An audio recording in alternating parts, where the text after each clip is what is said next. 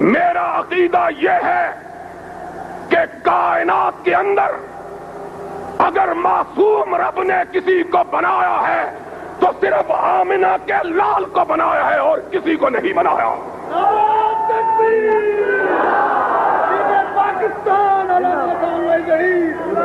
اس لیے میں کسی غیر معصوم کی بات کو شریعت نہیں مان سکتا۔ مجھ کو قتل کرو، دار پہ کھینچو مجھ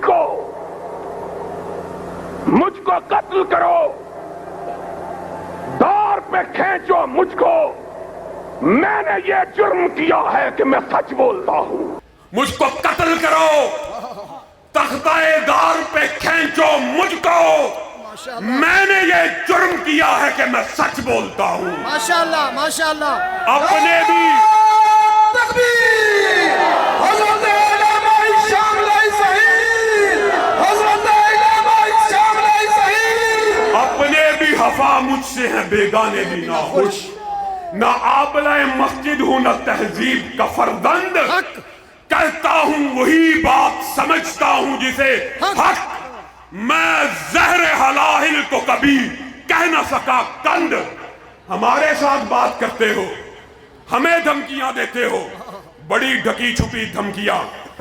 آج ہم سے یہ کہا جاتا ہے کہ جمعیت اہل حدیث پاکستان اور خصوصاً احسان الہی ظہیر شریعت بل کی مخالفت کر رہا ہے۔ میں یہ بات واضح کر دینا چاہتا ہوں، ہم وہ لوگ نہیں ہیں جو کسی کی دھمکیوں سے مرعوب ہو جائیں یا کسی کے پروپیگنڈے سے متاثر ہو جائیں۔ صبر کا پیمانہ ہم نے ہاتھ میں تھاما ہوا، وجہ کیا ہے؟ کیونکہ اہل حدیث قانون ہاتھ میں لینے کا قائل نہیں ہے۔ اہل حدیث وہ اس ملک کی واحد طاقت ہے جس نے کبھی لا اینڈ آرڈر کی سچویشن کو کریٹ نہیں کیا۔